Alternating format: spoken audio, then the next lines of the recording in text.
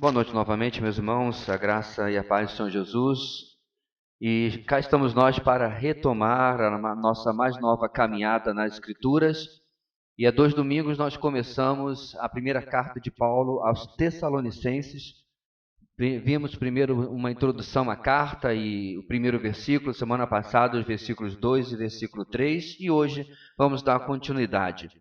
E nós vamos começar, irmãos, e essa caminhada, desculpe, que nós começamos, ela, como é já de nosso costume, possui um tema geral de toda a carta, que nós já vamos colocar ali projetado, ainda está cedo para a gente já ter decorado, né? Não é o tema desta mensagem, mas de toda a carta de 1 aos Tessalonicenses. E a carta de Paulo aos Tessalonicenses tem o seguinte tema, que nós vamos ver agora. Uma igreja madura persevera em meio às tribulações, fortalecida pela iminência da volta de Cristo. Ok? Vamos juntos, irmãos, para ficar já preso na nossa memória?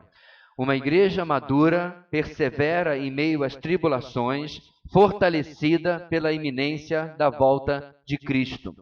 E esta igreja madura, ela não é dita madura, ela não é reconhecida assim por causa dos seus prédios ou eventos, nem por cultos animados ou um louvor agitado. Paulo avalia uma igreja madura como sendo aquela onde se pode observar um padrão bíblico de uma fé que funciona, do amor que serve ao próximo e uma vida baseada na esperança eterna da vida com Cristo. E é isso exatamente que nós vimos na semana passada, nos versos 2 e no verso 3.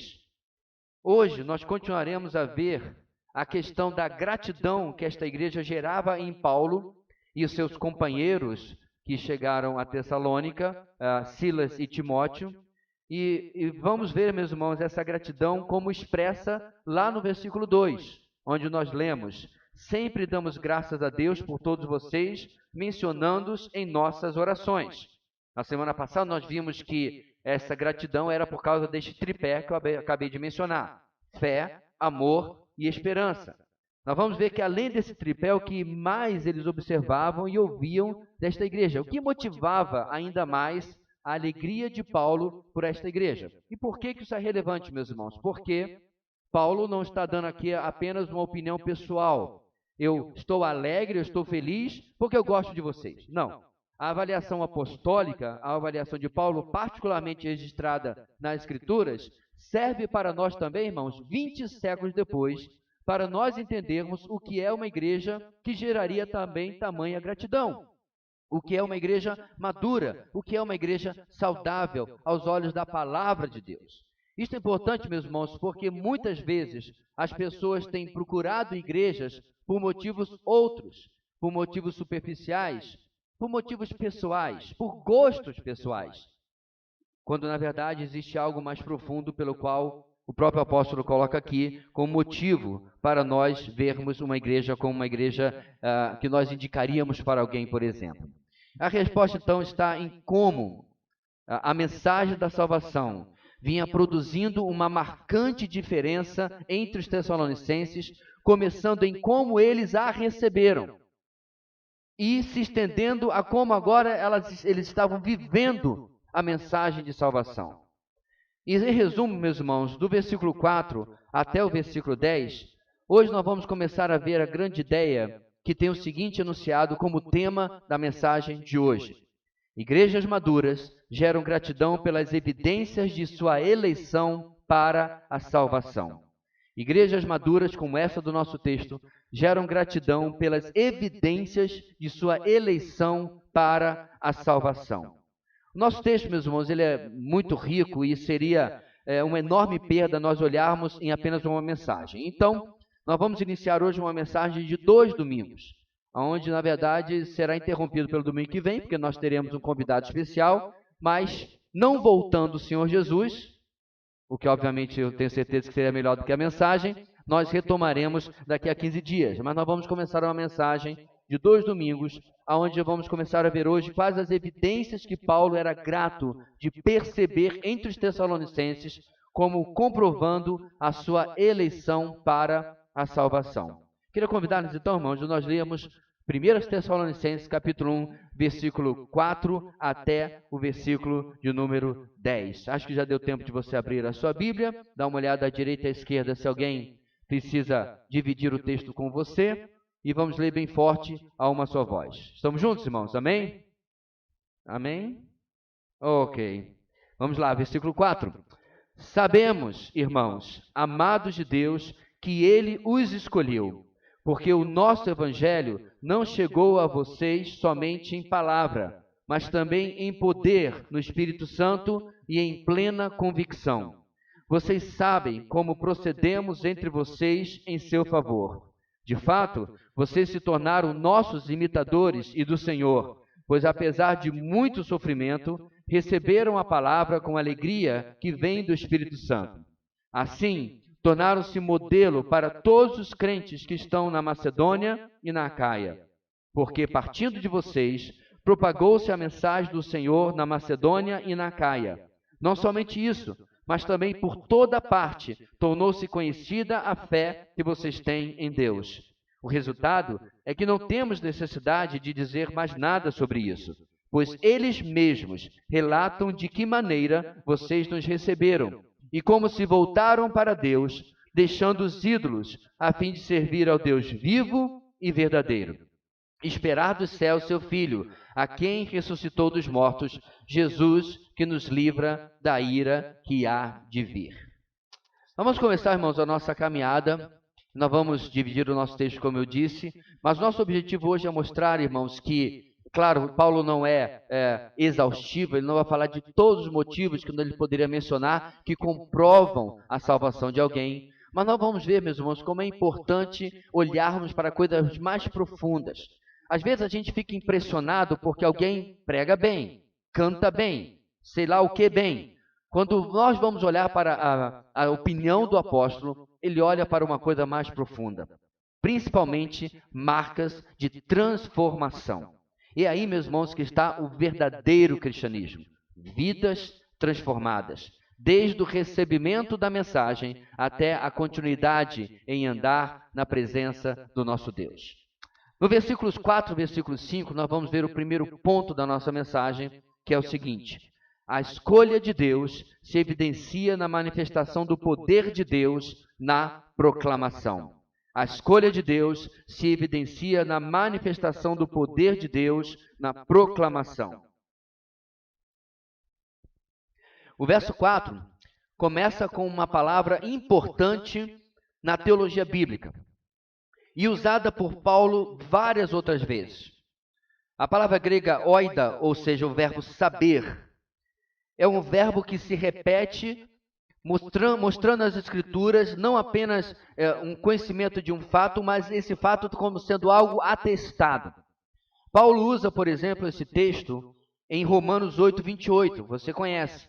Sabemos que Deus age em todas as coisas para o bem daqueles que o amam, dos que foram chamados de acordo com seu propósito. Paulo também usa em 2 Coríntios 5:1. Sabemos que se for destruída a temporária habitação terrena em que vivemos, temos da parte de Deus um edifício, uma casa eterna nos céus, não construída por mãos humanas. Mas não só ele, o apóstolo João também, em 1 João 3:2, amados, agora somos filhos de Deus e ainda não se manifestou o que havemos de ser, mas sabemos que quando ele se manifestar, seremos semelhantes a ele, pois o veremos como ele é. Em o nosso texto, Paulo deixa claro que ele sabia, ou na verdade, eles sabiam, ele e seus companheiros, que Deus havia escolhido, ou seja, Deus havia elegido aqueles irmãos para a salvação. Que Deus havia escolhido esses irmãos para a salvação. Como já dissemos antes, irmãos, não temos como dizer se alguém é salvo ou não. Não podemos perceber ou afirmar com um grau de absoluta certeza se alguém é salvo ou não. Mas até certo ponto, até certo grau, quando nós observamos os frutos na vida daquela pessoa e as circunstâncias na vida daquela pessoa, nós podemos atestar que Deus tem agido ali para a salvação. Sabemos, então, no nosso texto, vem da parte de Paulo e dos seus companheiros de uma convicção comprovada e que é baseada naquilo que a palavra de Deus os havia ensinado e demonstrado na vida dos Tessalonicenses. Em outras palavras, irmãos, neste e em outros textos, Paulo usa o verbo oida, o verbo saber, para assegurar aos seus leitores, a mim e a você, de que o que ele está dizendo não é apenas uma opinião, não é apenas também uma percepção pessoal baseada em sua própria pessoa. Não. Era uma convicção espiritual que a palavra de Deus dava a ele ao testemunhar o que Deus estava fazendo, neste caso, no meio desses irmãos. Vamos voltar aos textos que eu mencionei? Quando Paulo fala, meus irmãos, que Deus age em todas as coisas para o bem daqueles que o amam, eu tenho certeza que isso é verdade, porque o verbo está aqui dizendo, eu tenho atestado isso. Deus tem me revelado isso. Lembrando, isso é o apóstolo Paulo, não sou eu e você. É alguém que possuía a capacidade dada por Deus de conhecer a verdade da palavra e revelar à igreja para os primeiros dias, para que nós pudéssemos hoje ter o cânon, para que pudéssemos hoje ter o Novo Testamento em especial. Ou, por exemplo, quando ele fala, eu já mencionei, em 2 Coríntios 5:1, que quando for destruída a nossa temporária habitação terrena, é o nosso corpo, ele diz, sabemos que temos da parte de Deus um edifício, uma casa eterna. Ou seja, Paulo coloca para os coríntios a certeza da redenção eterna nesse verbo. Ou seja, meus irmãos, quando ele olha para a vida dos Tessalonicenses, ele atesta a mesma coisa. Sabemos que Deus tem escolhido vocês. Temos comprovado que Deus tem elegido vocês. É como eu disse, meus irmãos, podemos olhar para a vida de pessoas e perceber a transformação que o Evangelho faz. Hoje minha esposa estava mencionando coisas bem antigas, aproveitando que hoje é 12 de junho, e estava mostrando como alguns casais estavam em pé de guerra, estavam em situação já final, terminal, até que um detalhe entrou na vida deles, o Evangelho. Perceba, meus irmãos, que o Evangelho não garante que essa ou aquela circunstância na sua vida vai ser mudada, mas o Evangelho garante que agora esta e aquela pessoa tem o poder de mudança na sua vida pela graça de Deus. E ela mencionava 2 ou 3 casais que, como eu disse, encontramos em ruínas, em pé de guerra, em situação terminal, e hoje já estão todos esses anos depois comemorando mais um dia dos namorados ou mais um aniversário de casamento. Qual é a receita? Qual é a videira que é a diferença? É a nossa igreja? Não! É o Evangelho que muda, que transforma pessoas e circunstâncias na vida de todos. Podemos atestar, meus irmãos, que Deus faz isso através do Evangelho na vida daqueles que Ele tem escolhido. E seguindo o nosso texto, Paulo também fala que eles eram amados de Deus. E como nós dissemos na mensagem anterior, um cristão vive o amor que não nasce nele, mas que provém de Deus, que nasce em Deus. Como nós vimos em 1 João 4,19, que mencionamos na mensagem passada também, nós amamos porque Ele nos amou primeiro. Ou seja, aqui Paulo está apenas dando a outra metade da verdade, o outro lado da moeda, daquilo que ele afirma no verso 3. No verso 3, ele afirma que esta igreja era reconhecida pelo esforço motivado pelo amor servil, pelo amor que trabalhava para os outros. Por que eles faziam isso, irmãos? Porque eles eram irmãos amados de Deus. O crente não passa adiante o amor que ele não tenha recebido. Ele passa o amor que ele recebe de Deus, que vem da parte de Deus. Mas é claro, irmãos, também, como nós dissemos, no sentido de o Senhor trazer o amor para nós, isso nunca falha. O amor do nosso Deus nunca falha. Mas, infelizmente, não podemos dizer a mesma coisa sobre nós. Muitas vezes, diferente do que os Tessalonicenses são elogiados, cristãos se tornam represas do amor de Deus e não canais do amor de Deus. Recebemos e ele para aqui.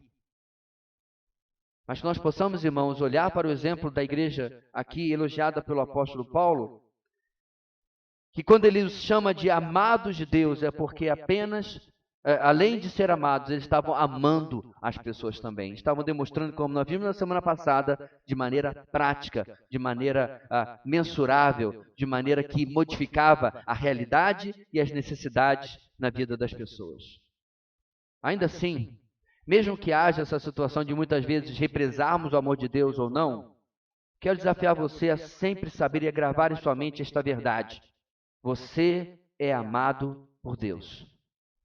Através de Cristo Jesus, nós éramos inimigos de Deus, estávamos debaixo da ira de Deus, estávamos separados dele.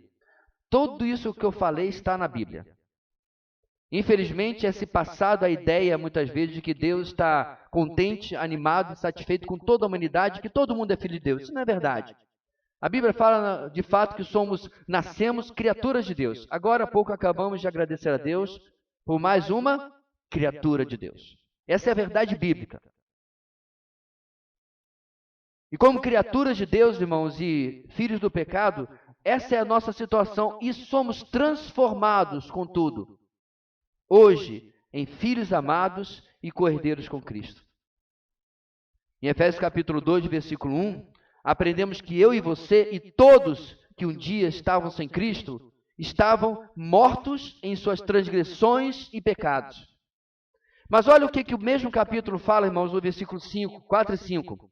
Todavia, contudo, entretanto, mas, porém, Deus, que é rico em misericórdia, pelo grande amor com que nos amou, deu-nos vida com Cristo, quando ainda estávamos mortos em transgressões, pela graça vocês são salvos.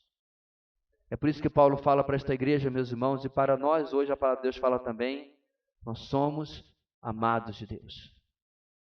Porque por sua graça e por seu amor, Ele que é rico em misericórdia, nos deu vida com Cristo.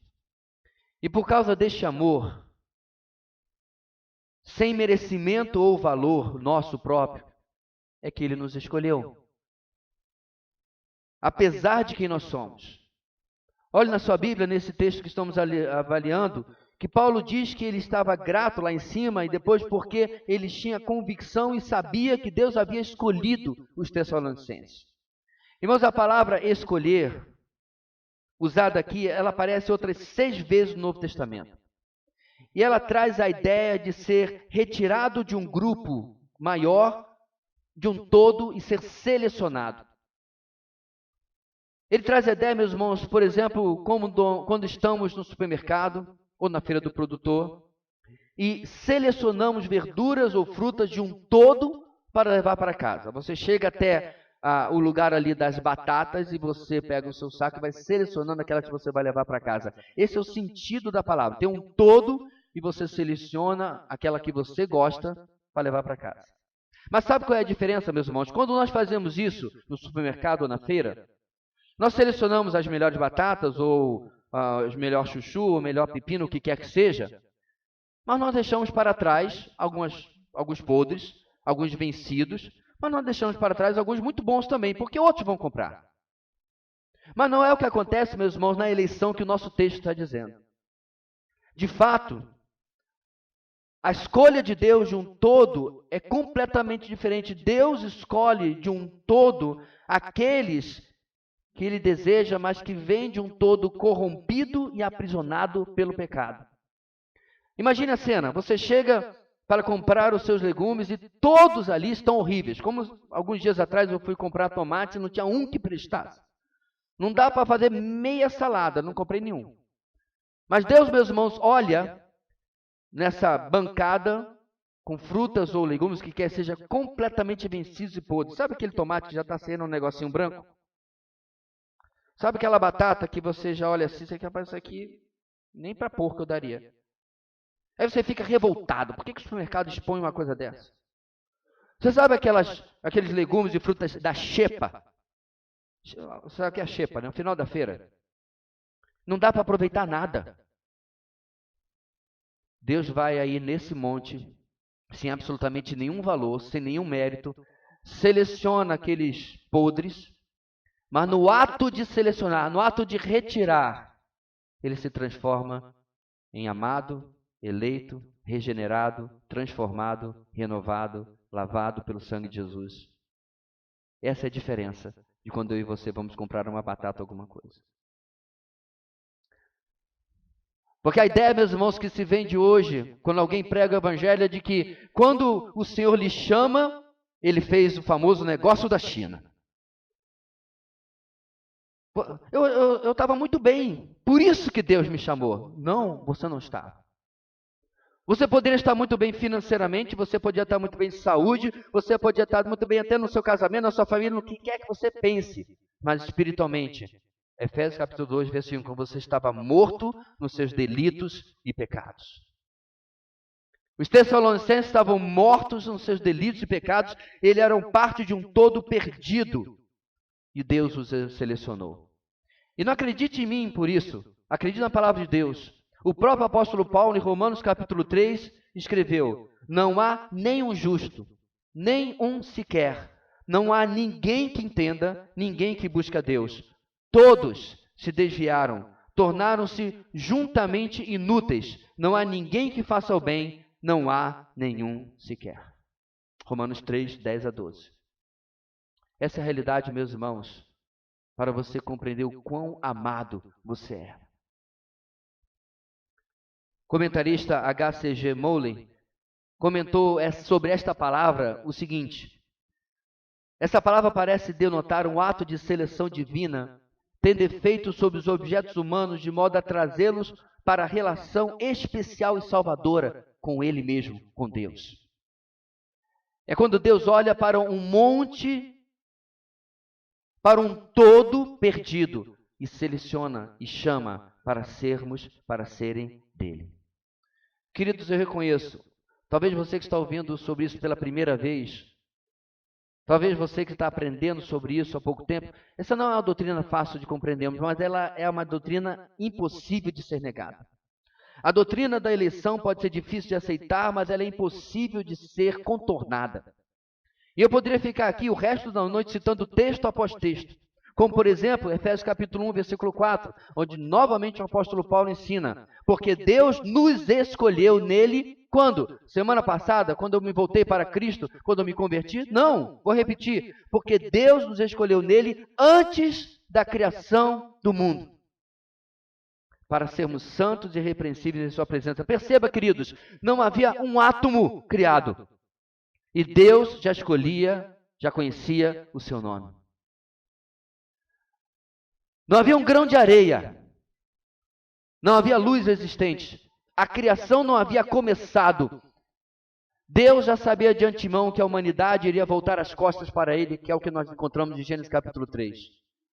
Ele já sabia o que iria acontecer naquele dia fatídico no Jardim do Éden, e ainda assim, ele continuou em frente, e de uma humanidade que havia dado as costas para ele, ele chamou alguns, nós, para estarmos com ele. A verdade bíblica, meus irmãos, da doutrina da eleição, contudo, quero terminar ressaltando isso, não serve para encher o ego do Filho de Deus. Na verdade, meus irmãos, nas palavras inclusive de Charles Spurgeon, ele diz: Deus só pode ter me escolhido antes da criação do mundo, porque se ele tivesse me conhecido antes, ele não me escolheria. É claro que Deus conhecia todos nós, meus irmãos, mas o que Spurgeon queria dizer é o seguinte: não há nada em nós que justifique porque Deus pode demonstrar o seu amor por nós. Absolutamente nada. Portanto, essa doutrina é uma ferramenta de humilhação e gratidão que nos leva a amar ainda mais o Deus soberano que nos chama para sermos seus. Mas, se Paulo cria e sabia, como ele disse, que esses irmãos de Tessalônica eram eleitos, escolhidos de Deus, como ele sustenta essa afirmação a respeito desses irmãos? Se ninguém anda com um de escolhido, de eleito, gravado na testa, como ele pode afirmar que os tessalonicenses eram eleitos? E eis a razão por que ele fala isso no versículo 5. Ele começa falando sobre o nosso evangelho. Paulo não está dizendo que o evangelho era dele ou era diferente de outros. Não era o evangelho dele e seus companheiros em comparação, por exemplo, ao evangelho de Pedro ou de João. Não, não é isso. Nós temos que lembrar, meus irmãos, que a palavra grega euangelion, que significa boas novas ou boas notícias, não é necessariamente uma palavra já conhecida no primeiro século. Hoje, nós usamos a palavra evangelho e até explicamos o que significa boas novas. Mas quando alguém falava euangelion, numa cultura grega como Tessalônica, ninguém sabia que ele estava falando do evangelho de Jesus Cristo. Alguém chegava de uma viagem e dizia: mãe, tenho Evangelion para lhe contar, estou grávida. Alguém chegava de uma viagem e dizia: mãe, tenho o Evangelion para te contar, eu fui recebido num cargo lá em Roma. Toda boa notícia era Evangelho. Então Paulo especifica, meus irmãos, que esse é o nosso Evangelho, para que nesta cultura gentis pudessem compreender que ele estava falando da boa nova, da boa notícia que anunciava a Cristo, o Messias, como sendo Jesus, o Salvador dos Tessalonicenses. Então, depois de dizer o nosso Evangelho, boas novas, ele diz que esse Evangelho não chegou a ele somente em palavra. E é fácil, meus irmãos, nós olharmos isso e irmos logo para o final do versículo, para o resto do versículo, porque lá fala de poder, né? Mas eu queria pedir a sua paciência para nós não nos anteciparmos. Porque quando Paulo fala, meus irmãos, que o Evangelho não chegou a ele somente em palavra, isso é algo que não podemos deixar passar. Porque, inclusive, se popularizou uma frase, há algum tempo atrás, eu não sei quando essa frase surgiu exatamente, porque suspeita-se que essa frase pertence a Francisco de Assis. Mas nem isso se tem por certeza. É aquela frase que começa um repetir, repetir, repetir, daqui a pouco alguém coloca outro nome embaixo, né? Com a internet hoje em dia ninguém sabe de quem é. E a frase que eu me refiro é a seguinte: pregue o Evangelho, se necessário, use palavras. Essa frase, meus irmãos, ela parece muito bonita, ela parece muito espiritual, ela parece muito piedosa, mas ela não é bíblica. Ela só parece, é como o Denorex, lembra do shampoo?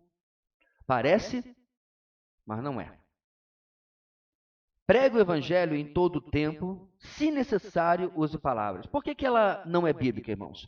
A fé, e isso nós falamos na semana passada, é impossível sem a palavra de Deus. Pelo menos a fé bíblica. A fé em Cristo Jesus. Eu não estou me referindo, meus irmãos, aos vários tipos de fés que existem por aí. As pessoas criam pensamentos religiosos, espirituais, à sua própria imagem e semelhança. Acredite ou não, tem gente que pensa que alienígenas vieram até o nosso mundo, plantaram uma semente biológica aqui, deram as costas, anos depois voltaram e visitaram aqui, e você pode verificar isso em diversas religiões, e assim eles seguem isso. Eles têm fé de que isso é verdade. Tem comprovação? Não. Tem suposições, tem interpretações de alguns fenômenos, mas não tem. A própria evolução, que é tipicamente pertencente ao grupo ateu, sem Deus, é um passo de fé. Continua sendo chamado teoria porque ela não tem completa comprovação. Não há registro fóssil que mostre a evolução de uma espécie para outra. Há evoluções de espécies que mudaram dependendo daquilo como aquela espécie se encaminhou. Mas pato continuou pato, galinha continuou galinha, cobra continuou cobra e assim por diante você pode continuar. Então, quando você crê em algo que não tem uma absoluta comprovação, particularmente de algo que vem da ciência, você faz isso porque você tem fé. Não é essa a fé da Bíblia, irmãos. Semana passada nós explicamos tanto que a fé, quanto o amor e a esperança bíblicos precisa ser interpretado, precisa ser explicado. Porque tem diversos conceitos por aí que falam dessas três coisas de uma maneira completamente diferente. Então, o que é a fé bíblica? Vamos lembrar? Aquela que é gerada pela palavra de Deus. Abraão, tá bom aí o Ur dos Caldeus? Beleza? Abraão ainda não, né? Era Abrão. Tá confortável? Cidade boa, né? Se fosse hoje em dia, meu irmão, tinha metrô, Wi-Fi, fibra, tudo. Abraão, sai daí e vai lá para o meio do lavrado. Na verdade, nem isso disso, porque Deus não falou nem para onde ele ia. Por que Abraão saiu, meus irmãos? Porque ele ouviu a palavra de Deus. Abraão, sai da tenda. Conta as estrelas do céu se você puder. Conta as areias do mar. Você tem 90 e blau, mas você vai ter um filho e você vai ser pai de multidões. Eu vou mudar o teu nome de Abrão, pai exaltado, para Abraão, pai de multidões. Não tem um menino, mas eu vou fazer isso na tua vida. O que diz o texto, meus irmãos? Abraão creu em Deus. Isso lhe foi imputado para a justiça. A fé verdadeira vem pela palavra de Deus. Inclusive o texto que nós mencionamos semana passada. A fé vem por se ouvir a mensagem, e a mensagem é ouvida mediante a palavra de Cristo, Romanos 10, 17. Portanto, irmãos, Jesus também pensava a mesma coisa. Em João 17:17, você conhece o texto? Ele diz: santifica-os na verdade, a tua palavra é a verdade. Sem a palavra de Deus, que serventia teria tal pregação sem palavras? Essa suposta pregação do Evangelho, que essa frase popular diz, irmãos, ela não procede. Você precisa abrir a sua boca. Você precisa comunicar ideias. Nós vamos falar mais um pouco sobre isso daqui a pouquinho. Porque essa frase, inclusive, nem existia, mas não era crida pelo apóstolo Paulo. Porque ele não chegava numa cidade nova, Tessalônica, Bereia, Listra ou etc. Ele não chegava lá e começava, por exemplo, a trabalhar. Ele era o quê? Artesão. Ele era fazedor de tendas. Ele não começava a trabalhar, ele não era apenas honesto nos seus negócios. Ele não vivia uma vida excelente, ele não começava a se envolver com a vida da cidade, esperando que as pessoas observassem. Paulo, você é diferente, não é? Estou vendo que aqui os mercadores trapaceiam, você não trapaceia. Qual o seu segredo? Aí, Paulo, finalmente. Preguei sem palavras, mas as pessoas vieram me perguntar. Ele não fazia isso, irmãos. Muito pelo contrário. Ele usava palavras, irmãos, e como ele usava. Para comprovar isso, nós precisamos voltar vários meses antes dessa carta. Nós precisamos voltar ao livro de Atos, mais precisamente Atos capítulo 17, no texto que narra a chegada do Evangelho em Tessalônica. Em Atos 17 nós lemos o seguinte: segundo o seu costume, Paulo foi à sinagoga e por 3 sábados discutiu com eles com base nas Escrituras. A palavra, o verbo discutir, irmãos, dialegomai, traz o sentido de conversar, discursar, debater, arguir. Verbos que incluem não apenas o uso de palavras, mas o uso de lógica, de conhecimento, de oratória, de apologética. Esse era o modus operandi de Paulo, essa é a forma como ele se comportava. Então o Evangelho chega em Tessalônica, irmãos, não apenas em palavras, mas não sem elas também. É importante lembrarmos que milagres, sinais, atos sobrenaturais, prodígios, tiveram o seu papel na expansão do Evangelho, particularmente você vê isso em Atos. Mas eles por si só não tinham como comunicar as verdades do Evangelho. Palavras eram necessárias, de fato, palavras eram indispensáveis para que eles compreendessem o que Paulo estava pregando ali em Tessalônica. Voltando ainda para Atos capítulo 17, no verso seguinte, lemos que Paulo falava na sinagoga explicando e provando que o Cristo deveria sofrer e ressuscitar dentre os mortos, e dizia: este Jesus que lhes proclamo é o Cristo. 2 verbos importantes aqui, irmãos. O verbo explicar, dianoigo, traz a ideia de abrir algo, revelar o que está dentro. Como, por exemplo, você pega aquele melão maravilhoso, por fora ele parece perfeito, mas quando você abre e você mostra o interior dele, por dentro ele já estava apodrecendo. Já aconteceu comigo algumas vezes, fiquei tão chateado, tão bonito, tão desejoso comer aquele morango agora, melão agora que tem o orange, né? Não o melão tradicional, esse mais novo que tem de um tempo para cá, mas que decepção. Porque quando eu revelei o que estava dentro dele, ele não prestava. Dessa maneira, meus irmãos, alguém que abre uma fruta e revela o seu interior, Paulo abria as Escrituras que estavam fechadas para os seus compatriotas judeus e provava que Jesus é o Messias. É isso que ele fazia quando o texto diz que ele explicava para eles. Aliás, ele não apenas explicava, mas ele provava. O verbo paratíteme traz o sentido de colocar as provas e evidências de forma clara e irrefutável na frente de alguém. É interessante, meus irmãos, que hoje você faz isso e as pessoas ainda escolhem o erro, ainda escolhem a mentira. As pessoas ouvem o Evangelho, ouvem aquilo que a palavra de Deus fala e ainda continuam discutindo como se tivesse uma outra verdade. Eu estava explicando para o meu filho alguns dias atrás que 1 metro, e eu peguei literalmente uma trena e medi 1 metro na minha mesa, no planeta Terra é 1 metro se você for medir lá em Marte. Se o Elon Musk conseguir levar a gente até lá, alguém, por favor, vá, meça 1 metro, ele vai continuar sendo a mesma coisa. Mas hoje, meus irmãos, nós estamos mostrando para as pessoas, olha aqui 1 metro, e a pessoa vai dizer, bem, isso é na sua opinião, porque para mim é 80 centímetros. Você franze a testa e não consegue entender. 100 anos atrás, Chesterton falou a famosa frase, vai chegar o dia em teremos que provar às pessoas que a grama é verde. Ele já morreu, mas eu poderia dizer para ele, esse dia chegou. Não obstante, irmãos, é o nosso papel na pregação do Evangelho explicar e provar, colocar as evidências diante das pessoas, para que o Espírito Santo possa agir no coração delas e mostrar-lhes a necessidade de arrependimento e fé nessas verdades, naquilo que o Evangelho fala. O que eu estou falando aqui, meus irmãos, não é, claro, defender de forma agressiva ou atacar a convicção das pessoas, não. Mas amorosamente, porém firmemente, pregar como se a nossa vida dependesse disso. Pois certamente, irmãos, a vida das pessoas depende. E o nosso papel é convencer as pessoas, como diz o texto, este Jesus que lhes proclamo é o Cristo, é o Messias, é o Salvador. Portanto, eu não quero perder essa oportunidade de dizer para todos nós essa noite, porque, como eu disse hoje, ninguém anda com E na testa. A transformação e a vida de alguns irmãos aqui me levam a crer, sim, que você é meu irmão em Cristo. Mas eu me lembro, meus irmãos, que eu estava na conferência da Fiel, uma conferência para pastores e líderes, e Steve Lawson pregou uma mensagem e convocou, desafiou a multidão a se arrependerem e a crerem em Cristo como Senhor e Salvador. Então, irmãos queridos, visitantes, não deixe hoje passar o dia se você não tem absoluta certeza da sua salvação.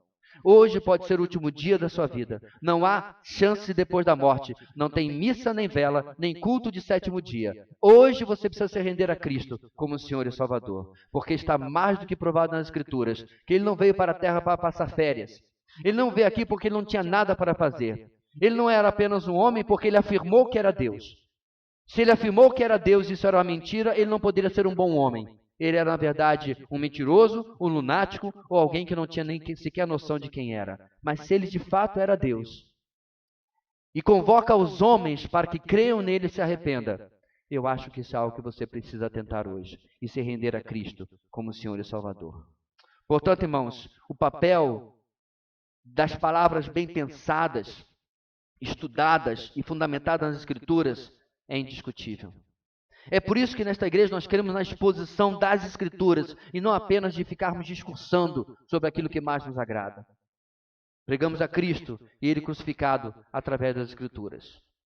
Com essas palavras, irmãos, discutimos, explicamos e provamos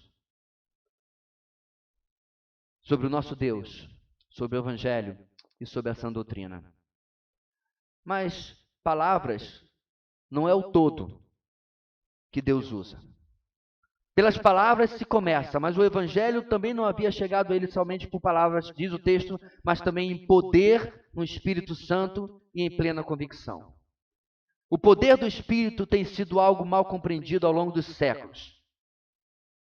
Quando mal informados, pessoas acham que alguém que prega cheio do Espírito é porque dá muita ênfase a determinadas palavras, ou porque bate no púlpito, ou porque tem algum tipo de trejeito que diz, rapaz, hoje o pastor estava cheio da unção. Porque elevou sua voz, porque tem alguma demonstração superficial e externa de suposto poder. Mas, meus irmãos, Paulo está dizendo que o poder de Deus se manifestou neles, no meio dos Tessalonicenses, na pregação da palavra. Quais são 2 obras do Espírito relacionadas à palavra de Deus, segundo a própria palavra de Deus? Aí nós encontramos o que Paulo se referia sobre a manifestação do poder de Deus enquanto eles pregavam. Primeiro, o Espírito nos ilumina para entendermos a palavra. E é isso que aconteceu no meio dos Tessalonicenses. Quando Paulo pregou aqueles 3 sábados na sinagoga, eles entenderam pela iluminação do Espírito do que Paulo estava falando. No Salmo 119, 18, o salmista pede, abre os meus olhos para que eu veja as maravilhas da tua lei. O Senhor Jesus nos disse em João 14, 26, mas o Conselheiro, o Espírito Santo, que o Pai enviará em meu nome, lhes ensinará todas as coisas e lhes fará lembrar tudo o que eu lhes disse. O Espírito abre o nosso entendimento, abre os nossos olhos para entendermos a palavra de Deus. Já vi vários testemunhos, irmãos, de pessoas que disseram que leiam a Bíblia a vida inteira. E um belo dia se converteram, nasceram de novo. E aí, obviamente, voltaram para ler a Bíblia, mas parecia um livro completamente diferente. Qual a diferença? Antes elas liam na escuridão das suas próprias trevas, agora elas liam com a iluminação, a luz do Espírito Santo. O Espírito, porém, não tem como lembrar algo que não aprendemos. Isso tem que vir através das Escrituras. Essa é a primeira obra do Espírito. Qual a segunda obra do Espírito relacionada com a palavra? A obra do Espírito usando as Escrituras é trazer convicção do pecado. 2 capítulos mais adiante, em João, no capítulo 16, no versículo 16 do capítulo 14, Jesus retoma o assunto sobre o Espírito Santo e ensina que, quando ele vier, o Espírito, convencerá o mundo do pecado, da justiça e do juízo. Do pecado, porque os homens não creem em mim. Da justiça, porque vou para o Pai, e vocês não me verão mais. E do juízo, porque o príncipe deste mundo já está condenado. Assim, meus irmãos, a obra do Espírito, quando a palavra estava sendo pregada, é abrir os nossos corações de mente para entendê-la e também convencer os homens da necessidade de arrependimento e mudança. Eu oro a Deus que Ele esteja fazendo exatamente isso no nosso meio hoje. Que você não saia daqui hoje apenas com sua mente cheia de informações, cheia de conhecimento, mas saia com seu coração cheio de determinação de obedecer aquilo que a palavra está lhe dizendo hoje. Aquilo que o Senhor, o Espírito, está dizendo a você hoje. Porque, meus irmãos, Ele realmente opera através da sua palavra. O apóstolo Pedro, em Atos capítulo 10, é levado pelo Senhor de forma relutante de sua parte a visitar o romano chamado Cornélio. E ali, vencendo a sua relutância, ele prega o Evangelho. A mensagem, meus irmãos, não é longa e nem é muito complexa. Ele é direto e simples e ele vai ao ponto. Mas o resultado é tremendo diante da obra do Espírito Santo. Em Atos 10 nós lemos, enquanto Pedro ainda estava falando, ainda estava pregando, usando palavras, enquanto Pedro ainda estava falando estas palavras, o Espírito Santo desceu sobre todos os que ouviam a mensagem. Cornélio, sua família e todas as pessoas que ele haviam convidado para ouvir o apóstolo Pedro se entregar a Cristo como Senhor e Salvador. Eis o poder de Deus. O poder de Deus que transforma, que muda a vida. Irmãos, esse é o poder que nós precisamos clamar todo dia, que precisamos orar, que precisamos dizer, Senhor, abre os meus olhos, abre a minha mente e o meu coração para entender a Tua palavra e para obedecê-la, para gerar em mim arrependimento. Em nossa igreja, meus irmãos, nós falamos e insistimos sobre o hábito devocional. Qual o objetivo disso? É você estar na visão da igreja? Porque na nossa igreja a gente faz devocional. A gente não vai nem perguntar por quê. Se você não sabe a resposta, meus queridos, você está acabando de ver a resposta diante de você.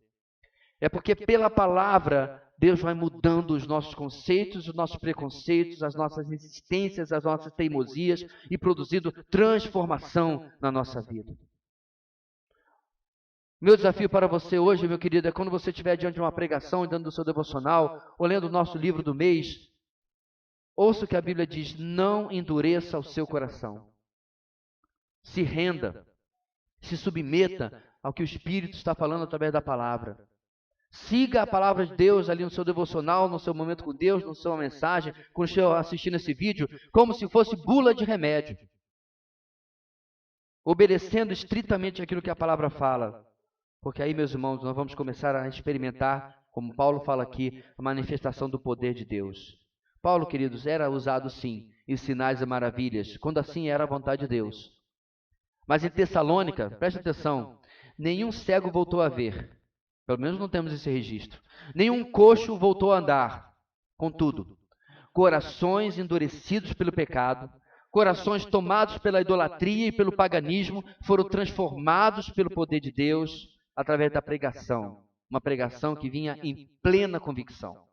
Algo que os irmãos confirmaram sabendo como Paulo e seus companheiros procederam entre eles, como diz o final do nosso texto. Esse ponto extra, no final do verso 5, está ligado à obra do Espírito Santo. Como pregadores da palavra, como proclamadores do Evangelho, irmãos, precisamos ser tomados desta mesma convicção que marcou o que Paulo pregou no meio dos irmãos lá em Tessalônica. Fala para mim, você compraria um carro de alguém que não acredita muito naquela marca ou não confirma para você que é uma boa compra? Na verdade, o que mais a gente conta são vendedores de carro que dizem assim, esse carro é ótimo, mesmo que não seja. Ele age com convicção. Ele vende o produto, mesmo que o produto não seja lá essas coisas. Você pode comprar ali o que quer que seja, até uma areia, e ele vai dizer, é um ótimo carro. Como diz aí no popular, que realmente não é. De que maneira, irmãos, podemos esperar que as pessoas nos ouçam, se nós não somos primeiros tomados por convicção de que aquilo que nós pregamos é algo muito mais elevado e excelente do que qualquer outra verdade, inclusive vender um carro? O que me entristece, meus irmãos, é já ter visto irmãos que eles são mais convincentes quando querem lhe convencer a investir no negócio dele ou entrar para o plano de negócios que ele adotou do que quando pregam o evangelho. John Stott, no seu livro Entre Dois Mundos, O Desafio de Pregar Hoje, escreveu uma seguinte história. Um poder estranhamente fascinante é exercido por aqueles que são totalmente sinceros. Esses crentes atraem os incrédulos, como no caso de David Hume. Quem era David Hume? Filósofo deísta britânico do século XVIII, que rejeitou o cristianismo histórico. Em outras palavras, tudo aquilo que você ouviu hoje aqui, David Hume havia rejeitado. Certa vez, um amigo o encontrou correndo pelas ruas de Londres e perguntou a David Hume aonde ele estava indo. Hume respondeu que ele estava correndo para ouvir George Whitefield pregar. Confuso, o homem perguntou a David Hume, mas certamente você não acredita no que Whitefield prega, não é? David Hume respondeu da seguinte maneira, não, eu não acredito, mas ele acredita. Inimigo do evangelho, inimigo da fé cristã, inimigo da sã doutrina, deu as costas para o evangelho, mas não perdi a oportunidade de ouvir um homem cheio de convicção daquilo que pregava, daquilo que cria. Irmãos, jamais o poder do Espírito Santo fluirá através de quem não crê total e integralmente na mensagem que está pregando. A escolha de Deus pelos seus eleitos, portanto, fica evidente quando eles são alcançados em Tessalônica em um derramamento do Espírito ordenado por Deus e comprovado em como a mensagem foi pregada e nos efeitos dessa mensagem, em tantos irmãos se convertendo. Mas, irmãos, as evidências da eleição de Deus não param aí. De fato, este é só o começo. Para os Tessalonicenses, a porta estreita que vimos hoje de manhã na EBD foi atravessada e agora vem o caminho estreito. Paulo até agora só tratou da experiência da chegada da mensagem em Tessalônica. Agora, andando por este caminho, ele vai comentar também como esses irmãos viviam a fé cristã. Então, em segundo lugar, meus irmãos, no versículo 6, a palavra de Deus hoje vai nos ensinar o seguinte. A escolha de Deus se evidencia na busca por modelos piedosos. A escolha de Deus, a eleição de Deus se evidencia na busca por modelos piedosos.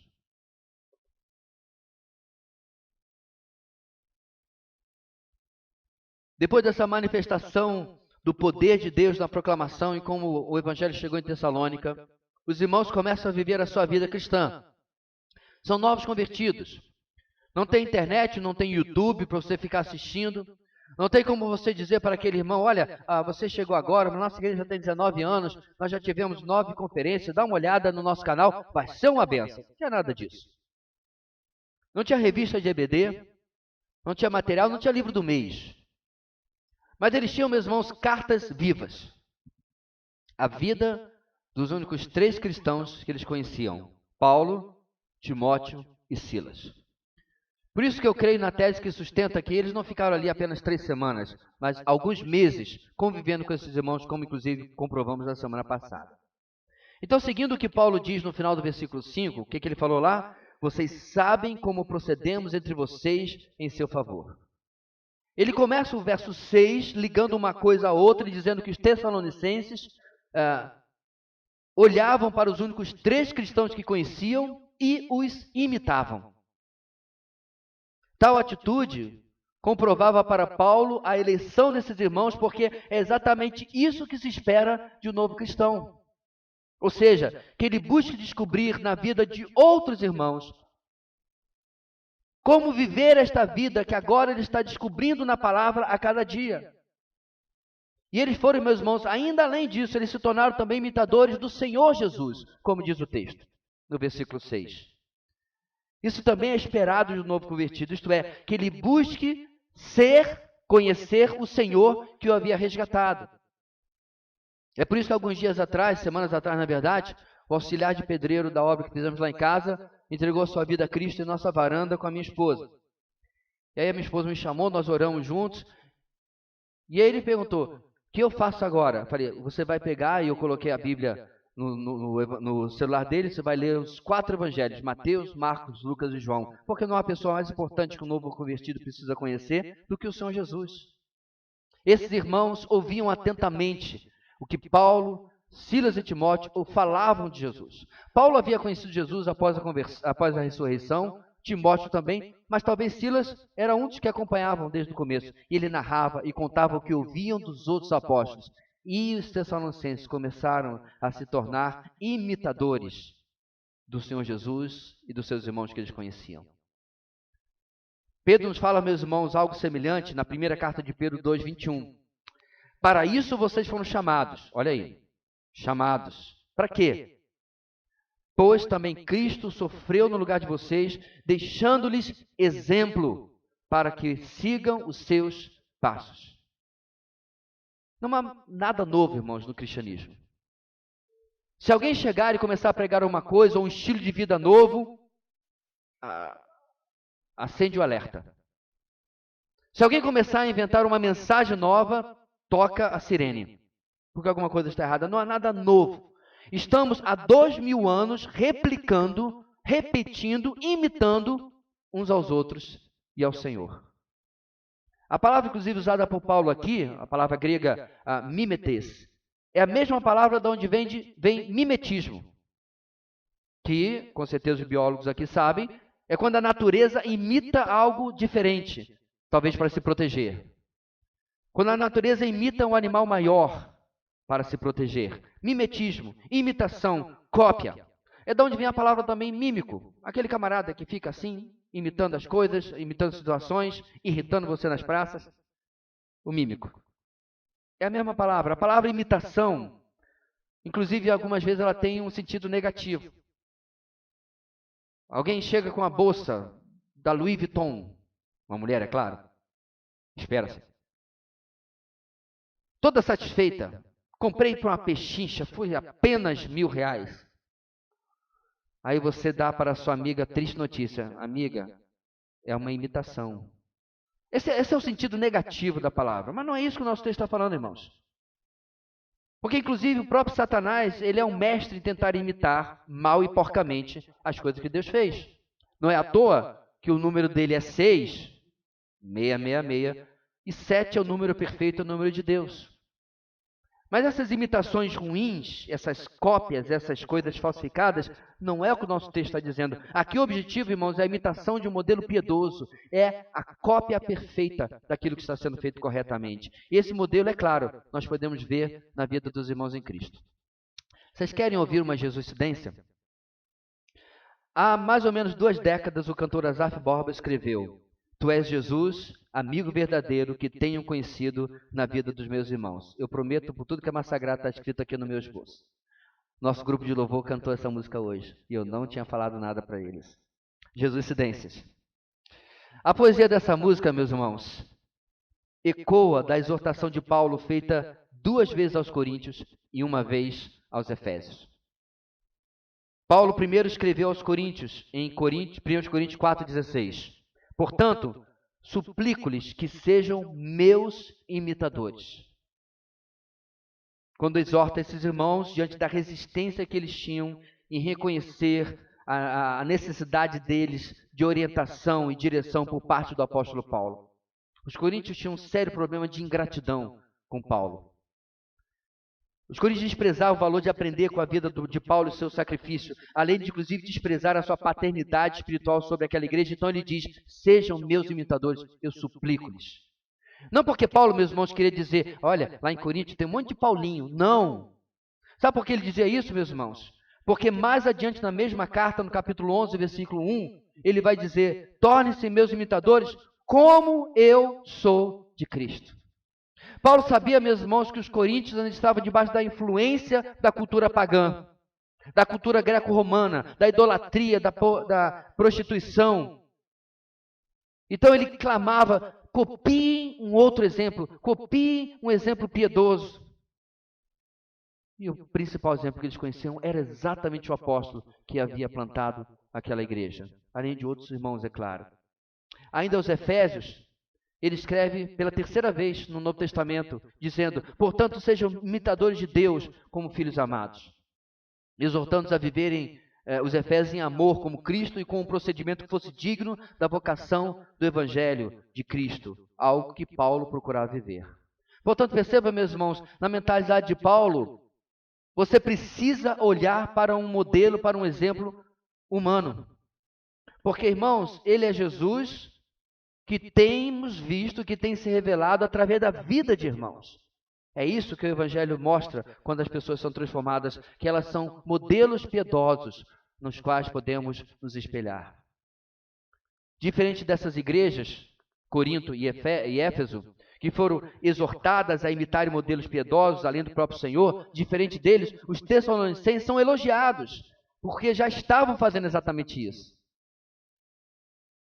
Assim, irmãos, uma marca de uma pessoa salva, isto é, de uma pessoa escolhida e eleita por Deus, é seu desejo de crescer na piedade, de crescer no conhecimento de Deus, da vida com Deus. E ele faz isso também observando e imitando os irmãos mais velhos da fé.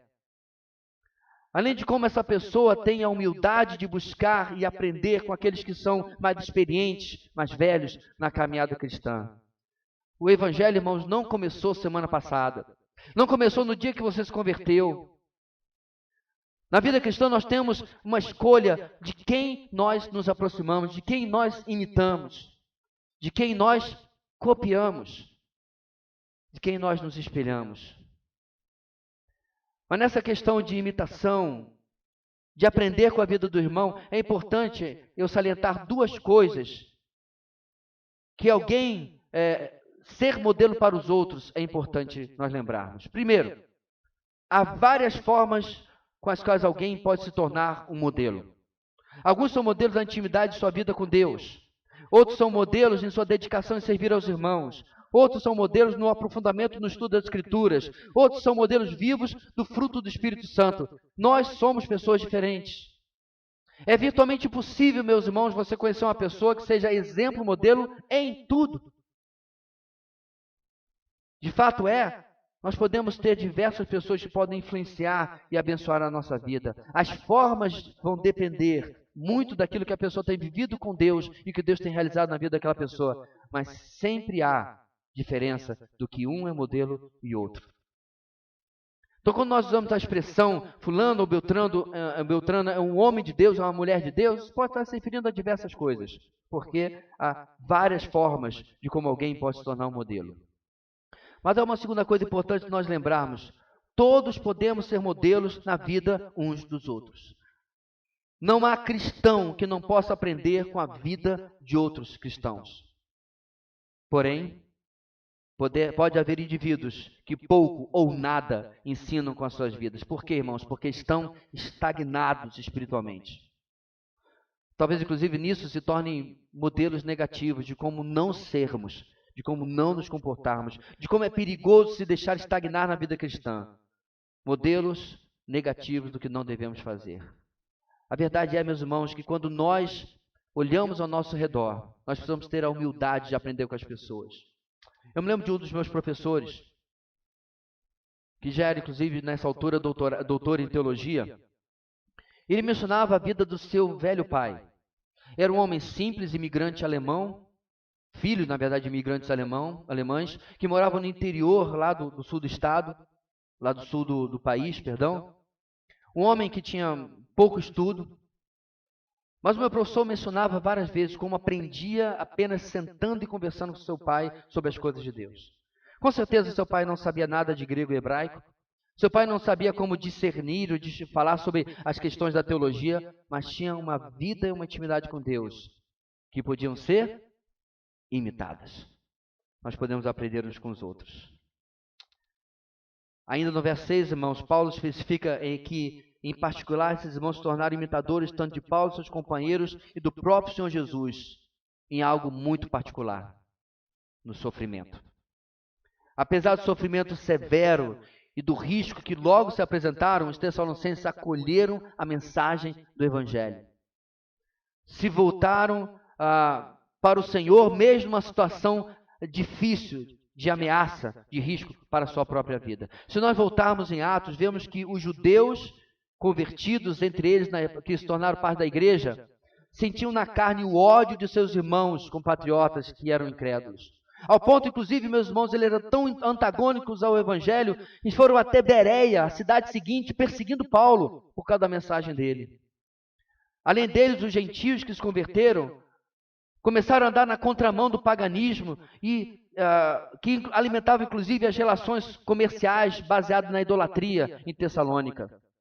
As esposas, mulheres de destaque, que o texto diz que se converteram, foram para casa para perceber como agora a moral, a ética que eles começavam a aprender no Evangelho ia contrariamente ao que eles, seus maridos, ensinavam em casa e viviam nas suas relações. Como agora compreender a corrupção que seus maridos viviam, agora que eles estavam no Evangelho. Quando, meus irmãos, eles se posicionavam contra isso, ou se posicionavam na contramão disso, eles viviam o que o apóstolo Paulo falou a Timóteo, 2 Timóteo 3,12. De fato, todos os que desejam viver piedosamente em Cristo Jesus serão perseguidos. No entanto, apesar das provações externas, os crentes tessalonicenses possuíam alegria interior, diz o texto. A alegria dos pecados perdoados, da vida transformada, de terem encontrado a mensagem do Evangelho. É interessante, meus irmãos, que os cristãos, preste atenção, que têm tribulações em suas caminhadas diárias, muitas vezes parecem ter maior alegria no Senhor do que aqueles que vivem em ambientes espirituais mais confortáveis.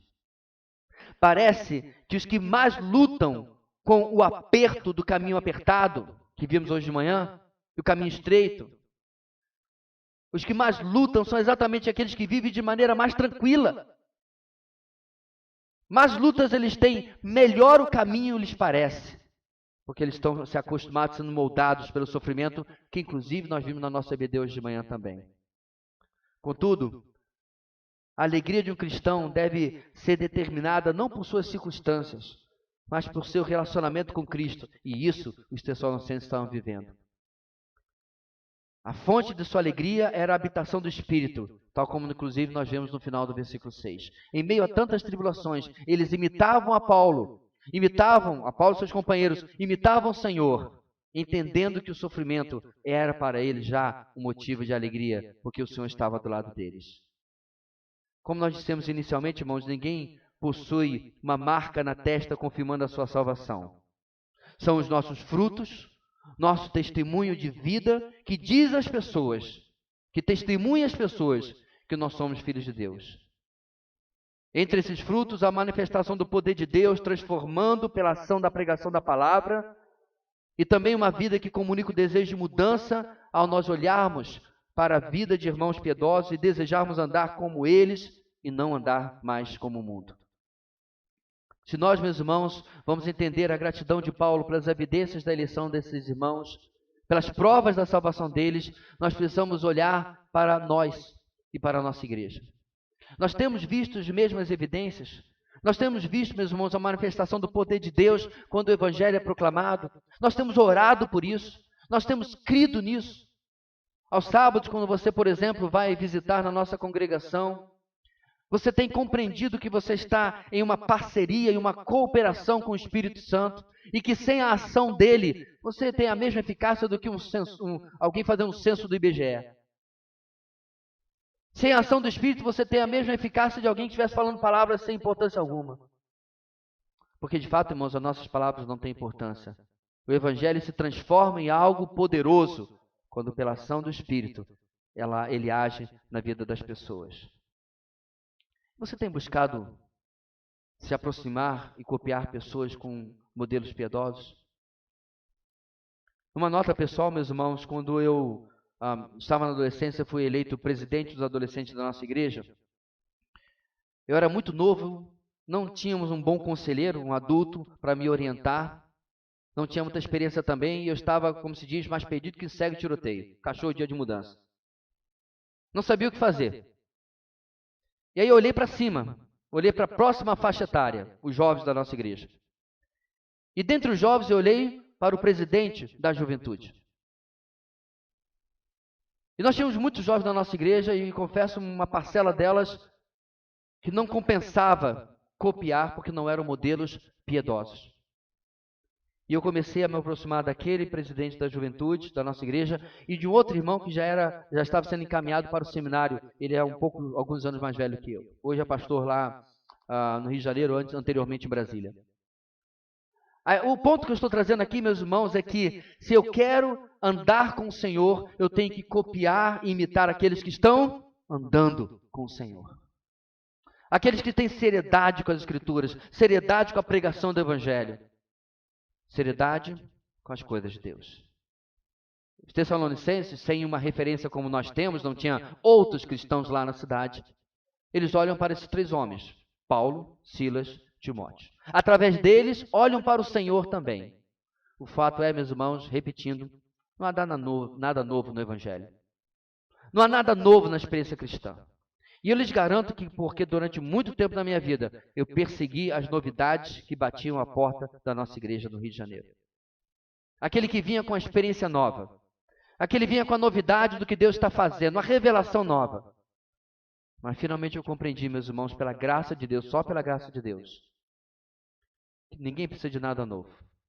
Nós precisamos ser lembrados das velhas verdades que insistimos em esquecer e copiar aqueles que vivem essas verdades em nosso meio. Deus querido, ajuda-nos como igreja a nós olharmos para o nosso futuro e não considerarmos que a construção de um prédio, ou a realização de um evento, ou qualquer outra característica possa significar algo definitivo para marcar a nossa igreja, para marcar as nossas vidas. Que essa noite, mais uma vez, possamos olhar para a Tua Palavra, para as marcas de um povo eleito, as marcas de um povo onde o Senhor tem se manifestado no seu meio, e pedir, clamar ao Senhor, realiza esta obra em nossos dias. Realiza esta obra em nosso meio. Que nós possamos, ó Deus, ser como esta igreja. Não tinha prédio, não tinha um enorme organograma, não tinha poder financeiro, não tinha absolutamente nada, não tinha vulto na cidade, mas carregavam marcas daqueles que tinham sido escolhidos pelo Senhor para andar com Ele. Que essa mesma realidade, ó Deus, seja constante em nossas vidas, de forma individual, e todos nós, como Tua igreja aqui representada. É o que oramos em nome de Jesus. Amém e amém.